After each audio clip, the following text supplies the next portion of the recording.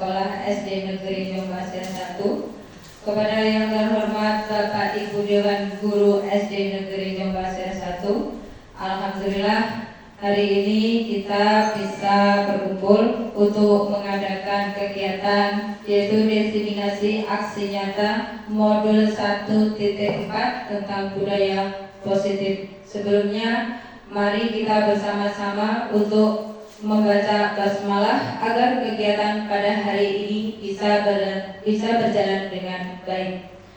Al-Hadiyah Suratul Fatihah.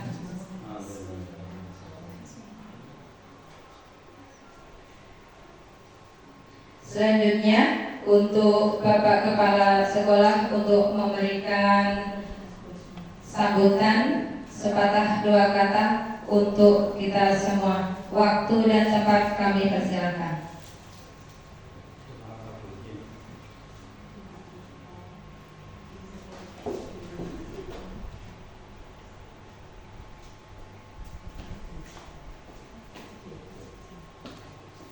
Assalamualaikum warahmatullahi wabarakatuh.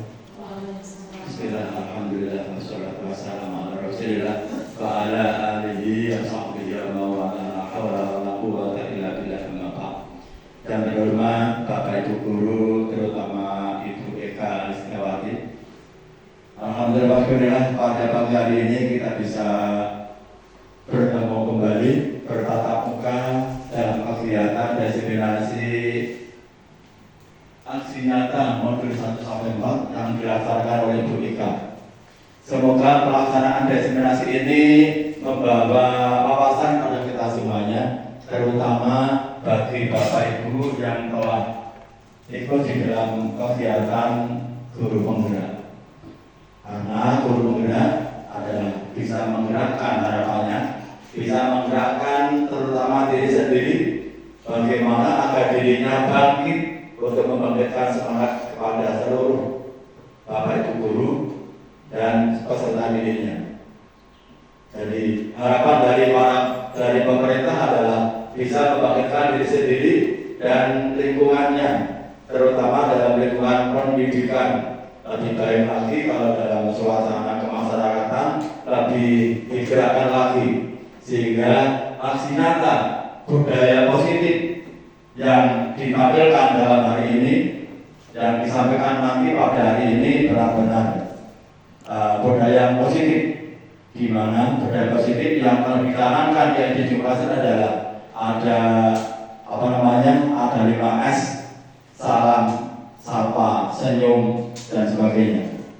Sehingga apabila budaya positif di kita ini bisa dilaksanakan, insya Allah akan lebih maju. Jadi setiap kali bertemu kita sapa, jangan diem. Ketemu dengan teman, kenapa diem? Paling tidak salam, monggo Pak, assalamualaikum, senyum. Ya, jadi lebih-lebih guru penggerak setiap bertemu kepada yang kenal, sapa terutama. Sapa boleh dengan teguran salam.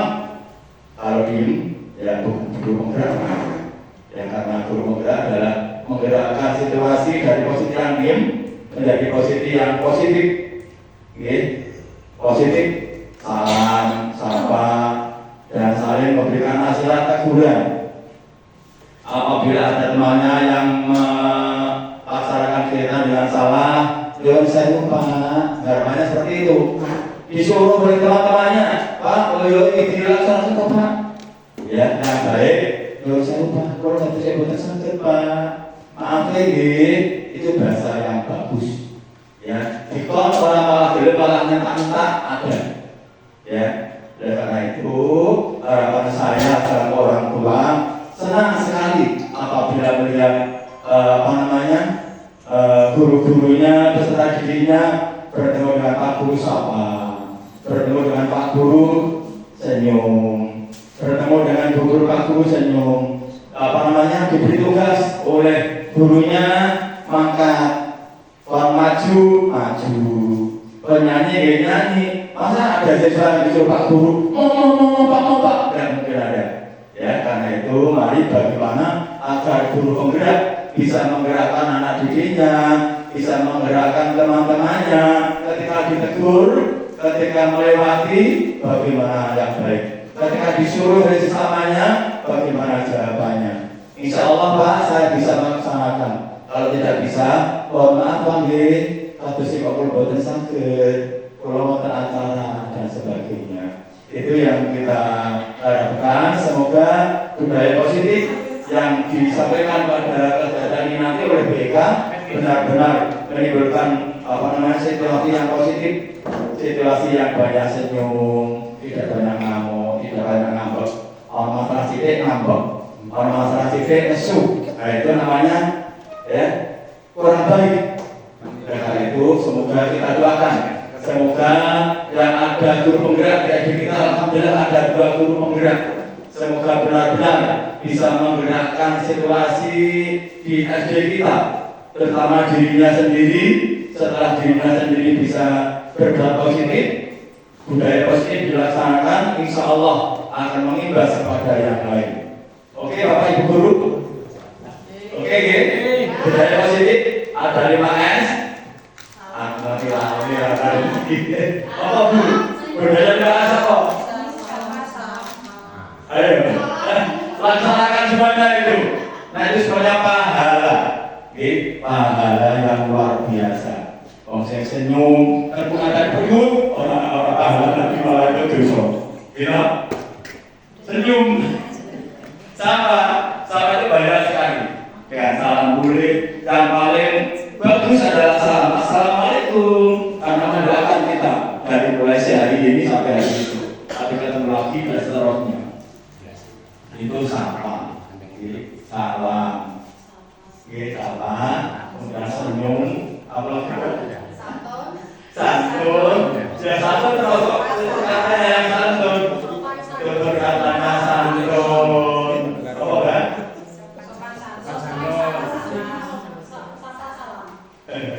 Itu ya, semoga budaya positif yang lain termasuk budaya positif masuk kelas. Bagaimana awal dengan apa? Masuk jam berapa? Kalau meninggalkan sekolah harus bagaimana? Paling tidak ya ada dipamiti lah. Ngomong kalau tugas mau salah pamit. Jelas mending orang ngomong apa-apa. Kalau angkatannya tidak tahu Pak, tidak izin loh Pak. Siapa saja yang meninggalkan sebelum jam kerja, ini masih aktif kerja, untuk dari sekolah kok tidak pamit. Itu namanya ya kurang positif. Budaya positif makanya kita laksanakan sehingga kinerja kita akan semakin positif, semakin membaik dan semakin barokah. Amin. Allahumma amin. Sekian yang saya sampaikan. Mohon maaf. Wassalamualaikum warahmatullahi wabarakatuh.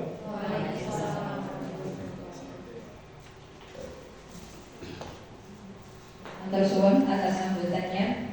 Kita berlanjut ke materi. Sebelum ke materi, ya, di sini materi yang akan saya sampaikan adalah diseminasi aksi nyata modul 1.4 sebagai salah satu pemenuhan tugas guru penggerak, perizinan guru penggerak, yaitu bersama saya Eka Listiawati dari SD Negeri Jongpasir 1, Kecamatan Gedung, Kabupaten Demak. Pada materi ini, pernahkah terbesit ya, pada Bapak Ibu guru apa itu budaya positif? Untuk Bapak Ibu bisa memberikan pendapat, monggo. Apa itu budaya positif Bapak Ibu? Silakan.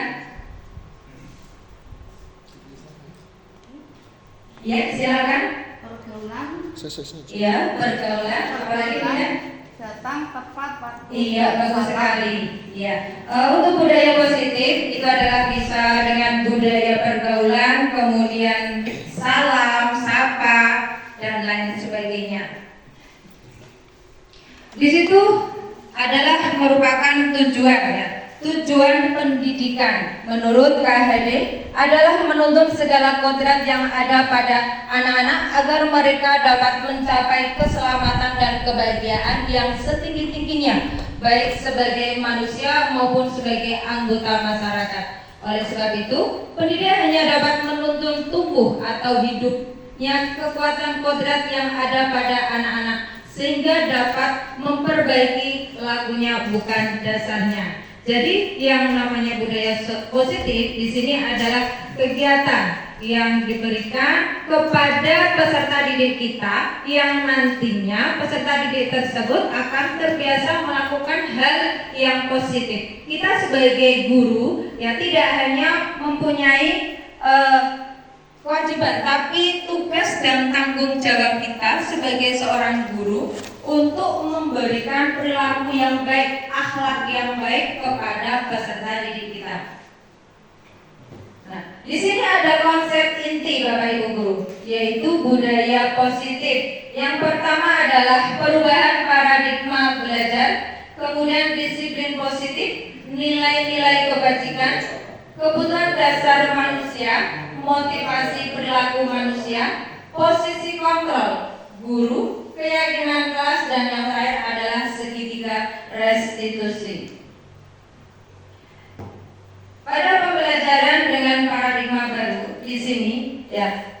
Pada pembelajaran dengan paradigma baru yaitu kita sebagai guru memberikan pembelajaran yang terbaik seperti pada pembelajaran yang dirancang yang berdasarkan prinsip berdiferensiasi. Apa itu Bapak, Ibu guru?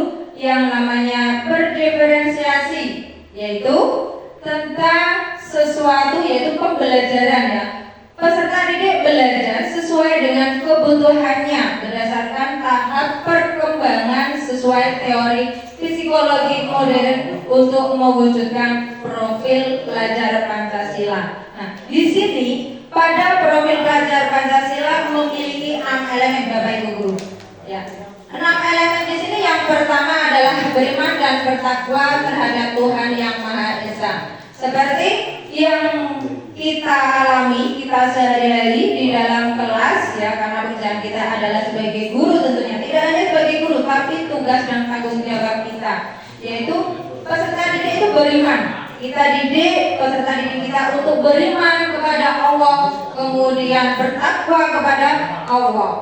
Yang kedua adalah berkebinekaan global, di mana contoh berkebinekaan global adalah nilai-nilai budaya. Peserta didik kita kita arahkan mengenai nilai-nilai budaya, karena di dalam kebinekaan global adalah terdapat nilai-nilai kebudayaan.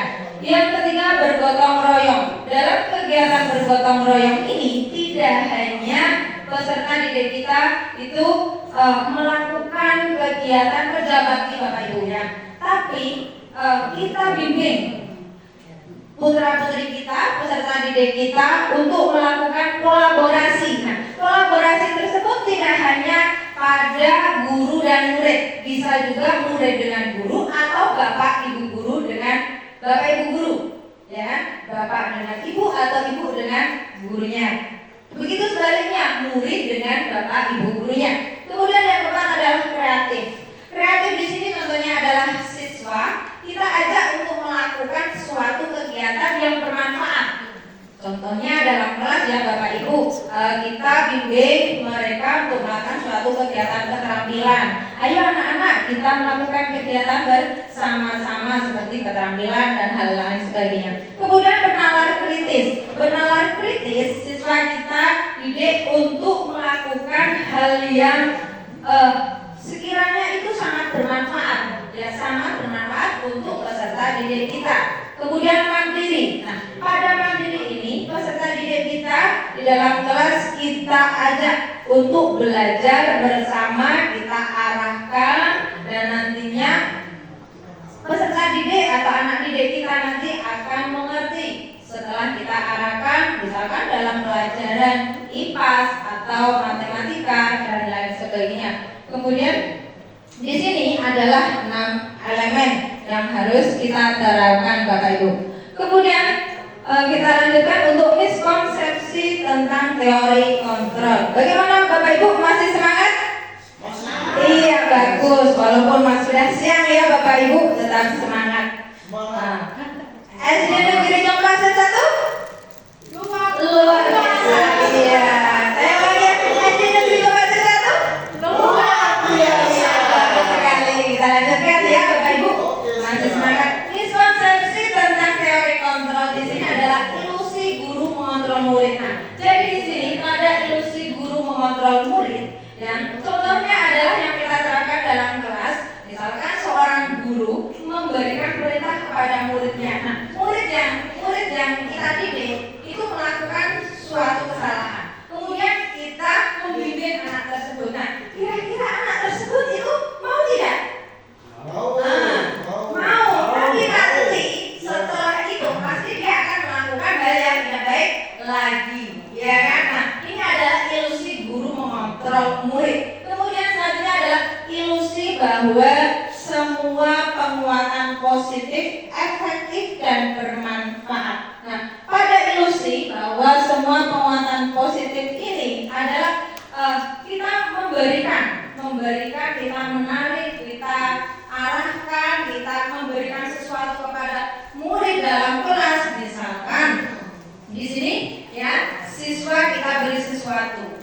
Nah, di situ itu apakah bermanfaat nantinya? Belum tentu ya Bapak Ibu. Kemudian kita lanjutkan ilusi bahwa kritik dan membuat rasa bersalah mampu menguatkan karakter. Di sini dalam suatu kelas, yaitu ilusi di sini ada seorang peserta didik yang kita lakukan sehari-hari dalam kelas itu melakukan suatu kesalahan. Kemudian kita kritik ya, kemudian setelah itu kita beri arahan dengan rasa bersalah, kemudian kita memberikan nilai-nilai ya, itu untuk anak tersebut. Kritik itu tidak membangun Bapak Ibu, karena itu merupakan ilusi, jadi tidak baik untuk dilakukan. Yang keempat adalah ilusi bahwa orang dewasa berhak memaksa. Pada di sini guru dengan murid itu dewasa guru ya, bukan kita terus memberikan arahan kepada anak didik walaupun kecil, itu tidak boleh. Nah, ini adalah ilusi bahwa orang dewasa berhak memaksa, ini juga tidak boleh. Lanjutkan, untuk mengubah paradigma stimulus respon ke pendekatan teori kontrol. Pada teori stimulus respon di sini adalah realitas kebutuhan kita sama. Sedangkan pada teori kontrol realitas kebutuhan kita berbeda. Nah, di sini kita contohkan adalah kebutuhan peserta didik. Kebutuhan peserta didik itu tidak sama Bapak Ibu. Ya, ada mungkin kenapa kok berbeda? Mungkin dalam keluarganya, mungkin dalam dia ada yang datang karena apa? Pada saat itu karena berbeda itu kebutuhan ya, karena keadaannya yang berbeda. Karena setiap siswa itu kan berbeda, tidak memiliki hal yang sama. Mungkin ya tadi murid yang satu misalkan si A ya memiliki keadaan keuangan ya, kekurangan keuangan. Mungkin yang satu karena nggak bisa membaca, atau yang satunya mungkin terlambat. Itu keadaan kan berbeda-beda. Jadi kita tidak bisa menyamakannya. Kemudian semua orang melihat hal yang sama. Pada teori kontrol setiap orang memiliki gambaran berbeda. Nah, di sini melihat itu menilai ya. Gambaran itu menilai hal yang berbeda. Kita contohkan gambaran, kita menilai peserta didik kita itu kan berbeda-beda. Dari kelas 1, kelas 2 sampai kelas 6 itu berbeda-beda. Apalagi seperti saya kelas 4, saya mengajar peserta didik saya dengan anak yang berbeda-beda, dengan karakter yang berbeda-beda. Nah, ini kita harus bisa memberikan gambaran seperti pada teori kontrol. Kemudian yang ketiga adalah kita mencoba mengubah orang agar pandangan sama dengan kita. Pada teori kontrol, kita berusaha memahami pandangan orang lain tentang dunia. Pada di sini contohnya adalah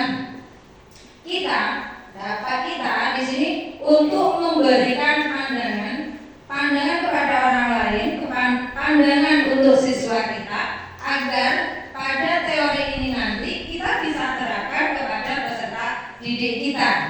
Selanjutnya adalah pada stimulus respon adalah perilaku buruk dilihat sebagai suatu kesalahan. Sedangkan pada teori kontrol adalah semua perilaku memiliki tujuan. Nah, jadi pada yang perilaku buruk, misalkan peserta didik kita melakukan suatu kesalahan, ini jangan sampai ya kita bilang, oh ini kamu itu salah, nggak boleh ya. Tapi apa? Kita harus melihat dulu kenapa kok anak itu sampai melakukan kesalahan. Kita melihat dulu kenapa, latar belakangnya bagaimana. Kita lihat, jadi kita memiliki tujuan, kita terapkan teori kontrol tersebut. Pada stimulasi respon, yaitu orang lain bisa mengontrol saya. Pada teori kontrol, hanya Anda yang bisa mengontrol diri Anda. Nah, di sini pada mengontrol ya stimulus respon, orang lain melakukan suatu kesalahan atau peserta didik kita.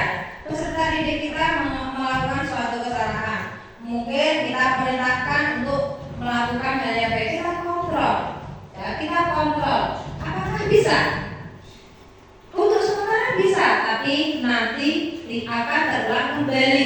Kenapa? Kalau diri kita sendiri yang mengontrol, ya, motivasi yang ada dalam diri kita sendiri itu nanti bisa, atau kita terapkan pada saat ini kepada peserta didik kita.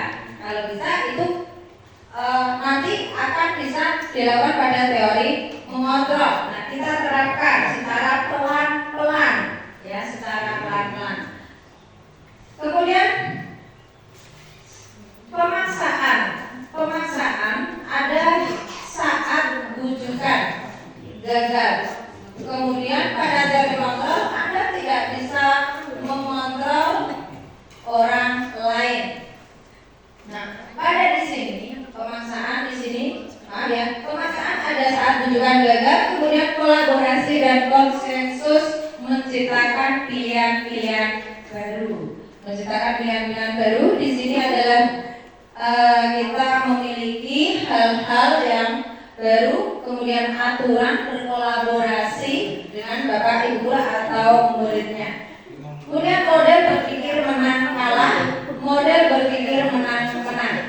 Model berpikir menang kalah di sini misalkan bapak ibu guru memberikan arahan kepada peserta didik kita dalam kelas, di antaranya ya seperti misalkan melakukan suatu tindakan. Nah, suatu tindakan ini kita tidak boleh mengecap anak, ya, yang nantinya akan anak tersebut memiliki sesuatu hal yang negatif ke depannya. Jadi kita harus memberikan dorongan agar anak tersebut mau bertanggung jawab.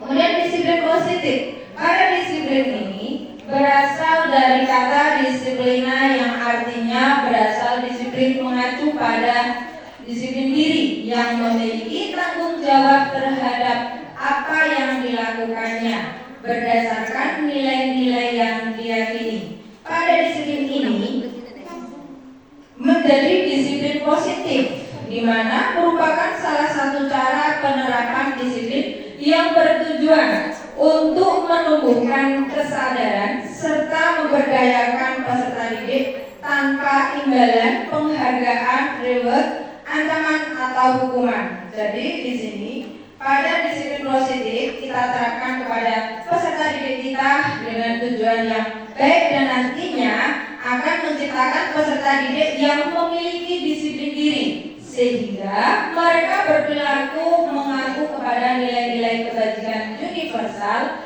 dan memiliki motivasi intrinsik dalam perubahan perilaku ke arah yang lebih baik.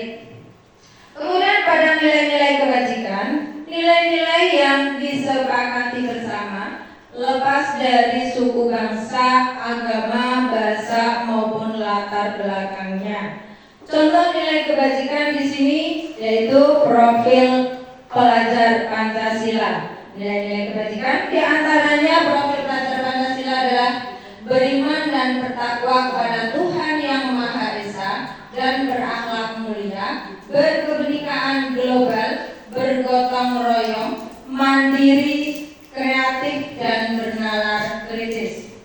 Kemudian pada program PGB adalah toleransi, rasa hormat, integritas, mandiri, menghargai, antusias, empati, keingintahuan, kreativitas, kerjasama, percaya diri, dan komitmen. Pada keterampilan hidup, life skill dapat dipercaya, lurus hati, pendengar yang aktif, tidak merendahkan orang lain, dan memberikan yang terbaik dari diri.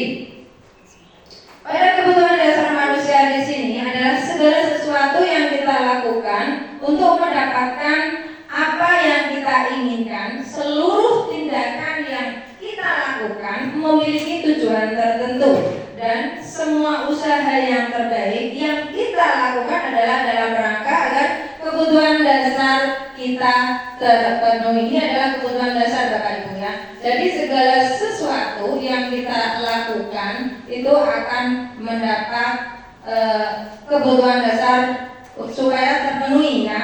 Tindakan yang baik, memiliki tujuan yang baik ya, dan semua itu kita lakukan dalam rangka untuk kebutuhan dasar. Pada kebutuhan dasar itu terdiri dari 5 kebutuhan dasar manusia Bapak Ibu. Yang pertama adalah bertahan hidup. Di sini contohnya adalah bertahan hidup, diantaranya makanan, pakaian, tempat tinggal, keamanan, kesehatan. Nah di sini kita misalnya pada anak kita terapkan di dalam kelas kita itu ada siswa yang di dalam kelas mungkin perutnya lapar, ya kan, kemudian mengantuk. Nah, ini pada bertahan hidup. Nah, di sini kita harus bagaimana? Kita tanya kepada peserta didik kita terlebih dahulu. Nah, di sini termasuk bertahan hidup. Kemudian yang kedua adalah kasih sayang dan rasa diterima. Di sini rasa kasih sayang diantaranya rasa diterima, dipedulikan, berbagi, kerjasama, menjadi bagian dalam kelompok. Dalam kelas, kita contohkan dalam kelas kita itu ada seorang anak, ada kita bentuk suatu kelompok. Nah, pada kelompok tersebut itu ada salah satu anak yang menyendiri, dia nggak mau ikut dalam suatu kelompok tersebut.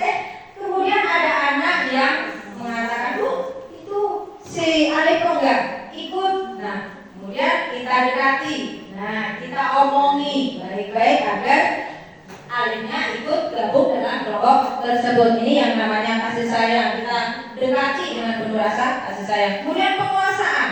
Penguasaan ini diantaranya adalah harga diri, keinginan untuk dianggap memimpin, prestasi, diakui dan didengar. Nah, pada penguasaan ini dalam kelas ya, anak biasanya pengennya itu selalu diperhatikan, ya kan? Kemudian kalau disuruh maju, ternyata semua anak pengen maju.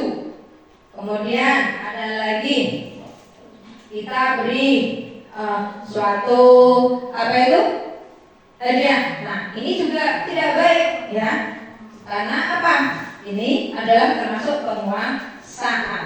Yang keempat adalah kebebasan. Kebebasan ini diantaranya adalah mandiri, memiliki pilihan, kemudian mencoba hal baru, mampu mengendalikan arah dirinya. Nah, pada di sini kebebasan kita terapkan dalam kelas kita itu adalah seorang anak yang mampu, ya, mampu kita harus mencoba anak tersebut melakukan kesalahan, kita arahkan dan kita harus mampu untuk mengendalikan anak tersebut, kita arahkan agar anak tersebut itu tidak melakukannya lagi. Nah ini dia menginginkan hal yang bebas, itu yang namanya seorang siswa, tidak ingin selalu dikekang, dia ingin adanya itu kebebasan Bapak Ibu. Nah ini adalah kebebasan. Kemudian kesenangan. Kesenangan diantaranya adalah bermain, humor, antusiasme dan tertawa. Kita lakukan dalam kelas seperti kita ada pembelajaran dengan bermain ya Bapak Ibu. Pembelajaran dengan bermain itu sangat asik kita terapkan.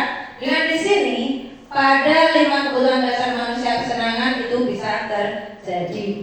Jadi, kemudian pada motivasi perilaku manusia. Pada motivasi perilaku manusia ini terdiri dari 2, yaitu motivasi eksternal dan motivasi intrinsik. Di mana motivasi eksternal ini adalah dari luar, Bapak Ibu, sedangkan intrinsik itu dari dalam. Seperti apa motivasi eksternal? Yaitu untuk menghindari ketidaknyamanan atau hukuman. Nah, ketidaknyamanan atau hukuman ini seorang siswa yang selalu menghindar, nah atau kita beri hukuman itu selalu tidak nyaman, ini adalah motivasi eksternal. Kemudian untuk mendapatkan imbalan atau penghargaan dari orang lain, biasanya anak ya itu kalau tidak kita beri imbalan itu kan sulit kita beri. Nah ini juga tidak baik,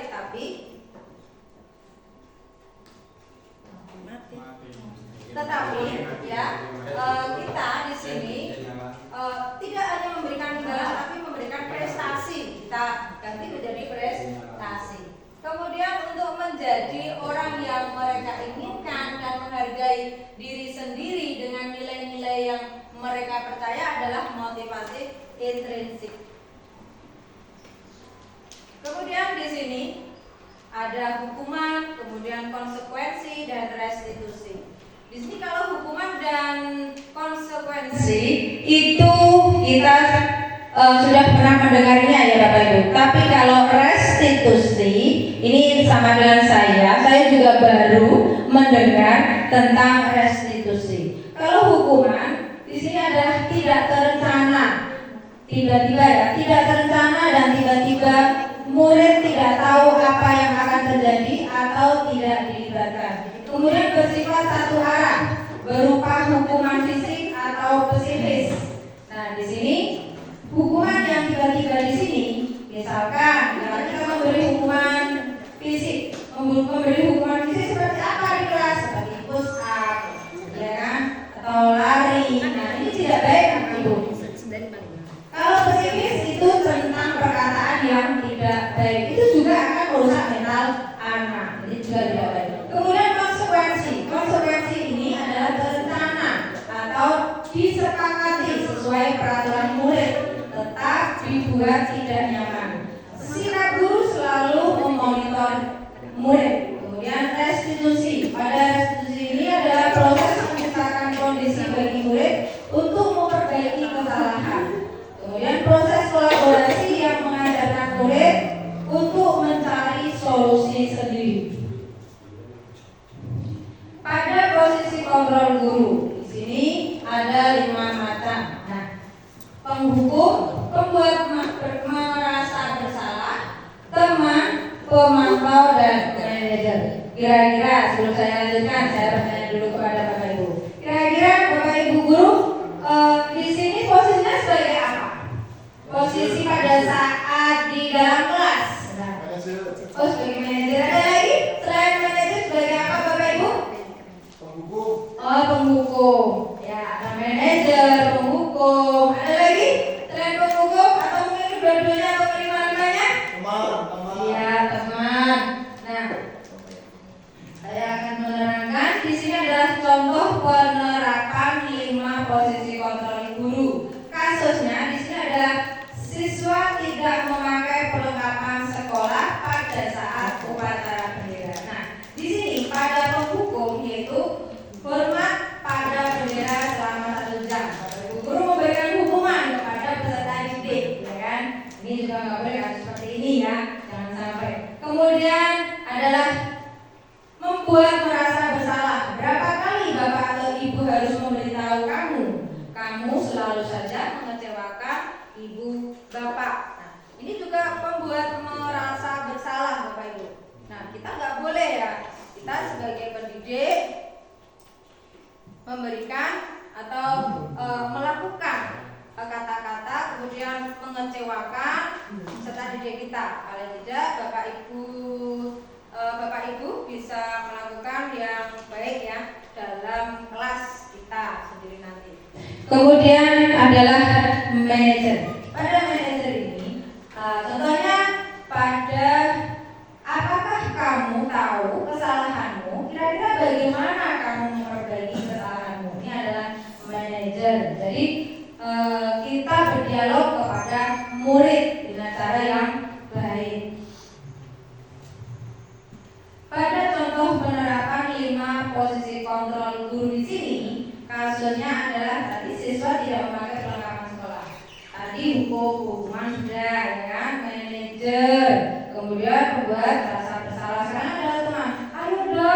mengikuti aturan sekolah. Tolong bantu ibu atau bapak ya, sekali ini saja ya. Sudah tidak apa-apa, lain kali jangan sampai berbuat seperti ini lagi ya. Ini adalah sebagai teman. Nah, kemudian pemantau, kamu sudah melanggar peraturan sekolah. Kamu tahu konsekuensinya? Setelah upacara kamu beli atribut di toko penjualan atribut dan jangan diulang-ulang lagi. Ini namanya pemantau.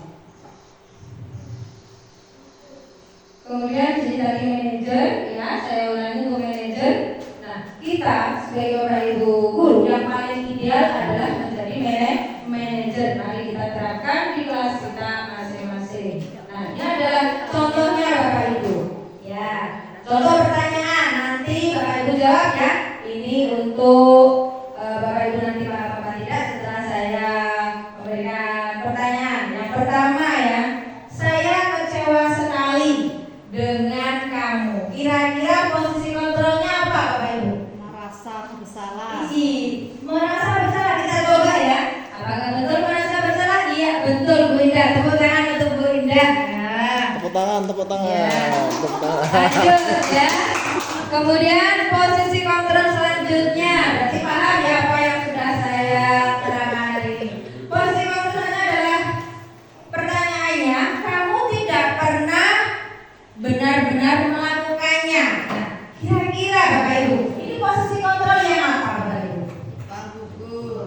Apa Bapak Ibu? Penghukum ya Robin ya, betul ya. Berarti sudah paham tadi ya posisi kontrolnya.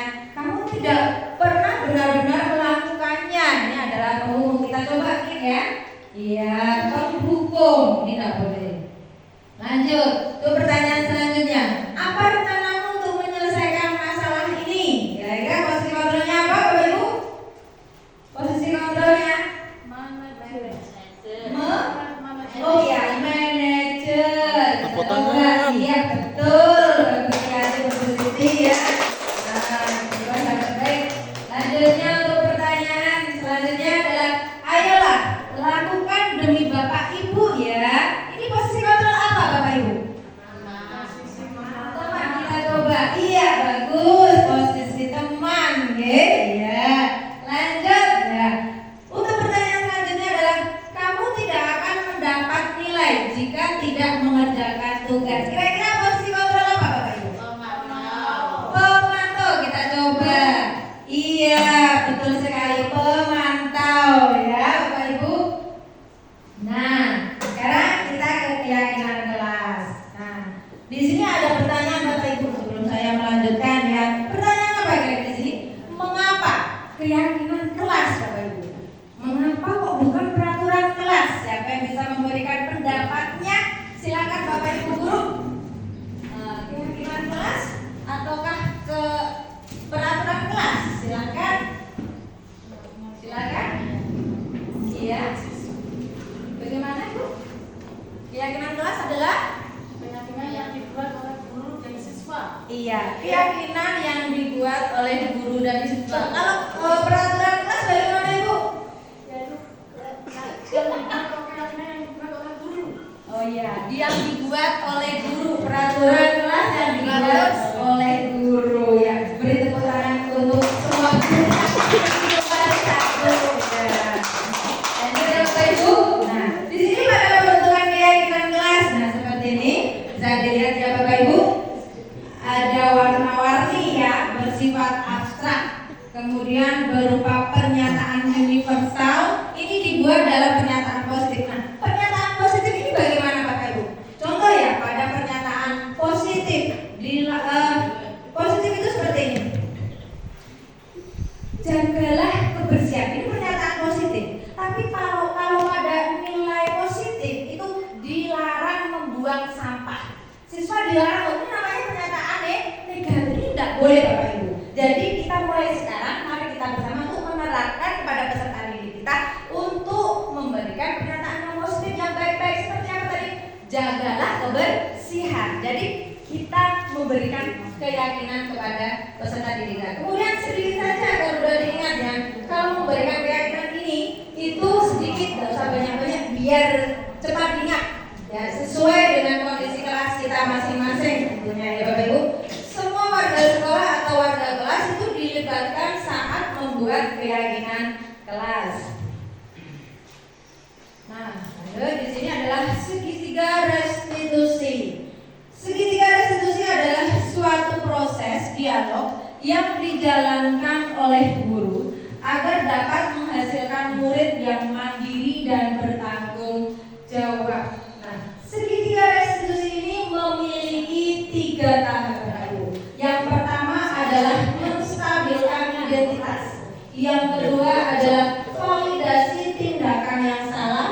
Yang ketiga adalah menanyakan keyakinan. Kita akan bahas satu persatu ya.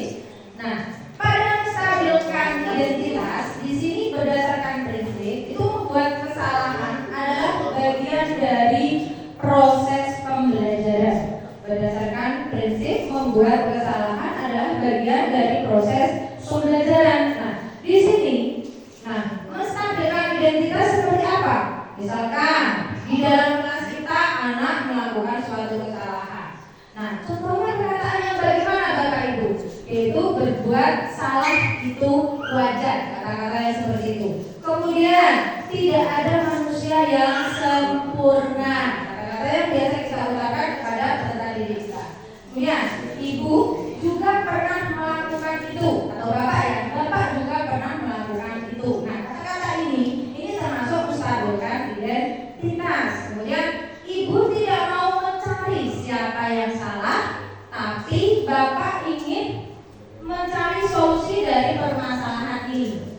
Kemudian kata selanjutnya yang biasa kita lontarkan adalah kamu berhak merasa begitu. Ini adalah menstabilkan identitas. Kemudian validasi tindakan yang salah berdasarkan prinsip setiap perilaku berupaya memenuhi suatu kebutuhan tertentu. Nah, berdasarkan prinsip di sini adalah suatu kebutuhan tertentu. Seperti apa? Ya, perkataannya atau berdasarkan di sini adalah kamu pasti punya alasan mengapa melakukan hal itu. Kemudian ada lagi kata-katanya, padahal kamu bisa melakukan yang lebih buruk dari ini ya. Kemudian yang ketiga, kamu patut bangga karena telah melindungi sesuatu yang penting buatmu.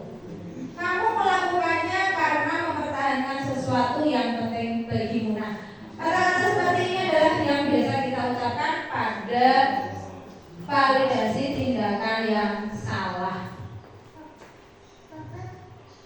Pada menanyakan keyakinan berdasarkan prinsip teori kontrol bahwa pada dasarnya kita ini termotivasi secara intrinsik.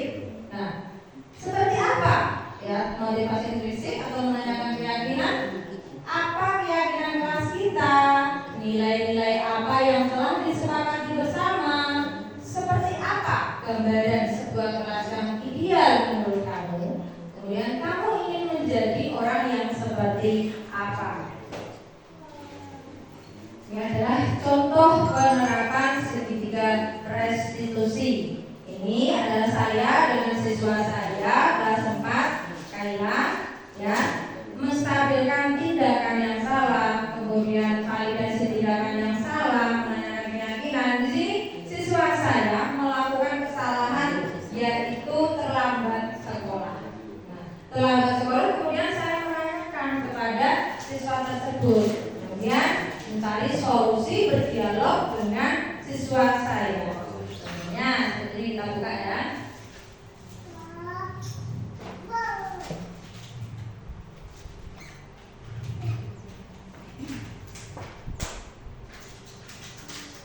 Bentar, Bapak Ibu.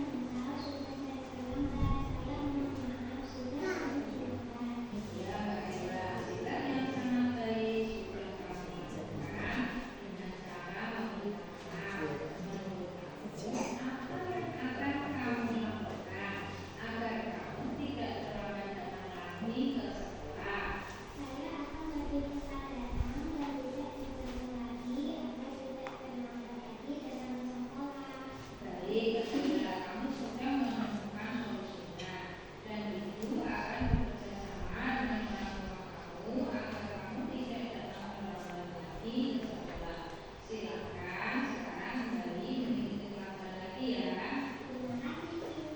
Ya, itu adalah tentang segitiga restitusi ya Bapak Ibu yang bisa kita terapkan nanti di kelas kita.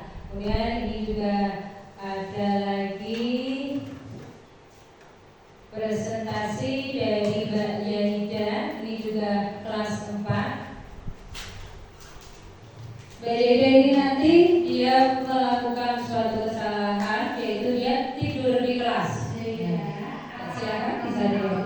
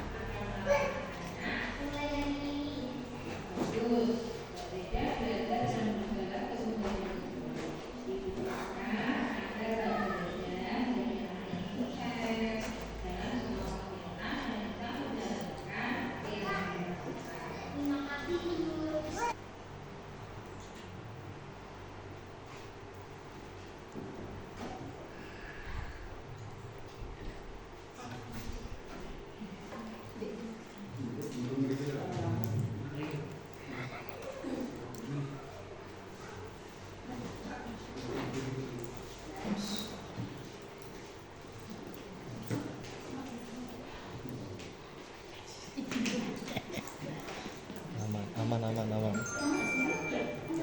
Nah, ini adalah pesan dari Mbak Kaila, bisa dilihat Bapak Ibu.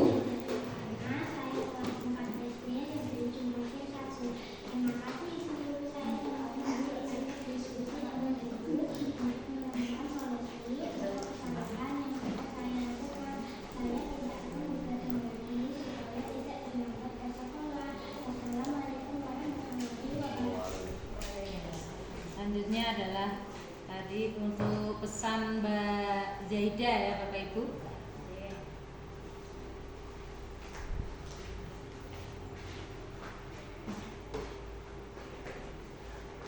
Sebentar.